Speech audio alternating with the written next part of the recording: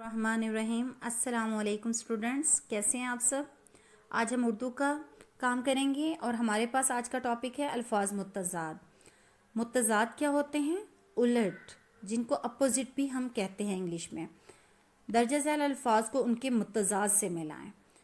ये अल्फाज हैं हमारे पास और ये इन्हीं के मुत्तज़ाद लिखे हुए हैं और आपने इन अल्फाज को उनके सही मुत्तज़ाद से मिलाना है। जैसे सच, सच को हम किससे मिलाएंगे? यस, झूठ से। नेक्स्ट है हमारे पास अच्छा, तो अच्छा का अपोजिट क्या होगा? बुरा, तो हम इसके साथ इसको मिलाएंगे। आज, आज को किसके साथ मिलाएंगे? कल के साथ। ठीक है, यहाँ पे कल आप ढूंढें, ये कल लिखा हुआ है, आपने आज को किसके साथ मिलाना है? कल के साथ। इस तरह से आपने इनको इनके अपोजिट के साथ यानी कि इनके मुत्तज़ाद के साथ मैच करना है। ये मैंने आपकी हेल्प के लिए यहाँ पे भी लिख दिए हैं। ठीक है, नेक्स्ट हमारा टॉपिक है मेरा वतन पाकिस्तान। मेरा वतन पाकिस्तान के बारे में आपने 6 जुमले लिखने हैं।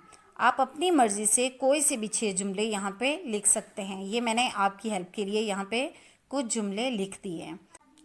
नेक्स्ट हमारा टॉपिक है वो है वाहिद जमा। तस्वीरों को देखकर वाहिद के जमा और जमा के वाहिद लिखें। जैसे आपने तस्वीर को देखना है, जहाँ पे वाहिद में चीज़ होगी वहाँ पे आपने जमा का सीगा यूज़ करना है और जहाँ पे चीज़ जमा में होगी वहाँ पे वाहिद में उसको लिखना है।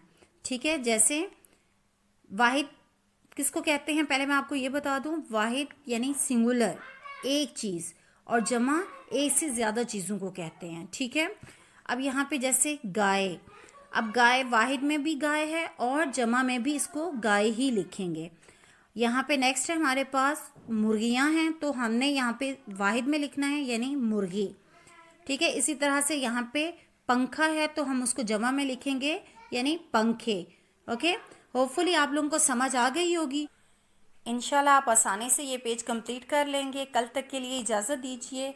अल्लाह हाफिज़।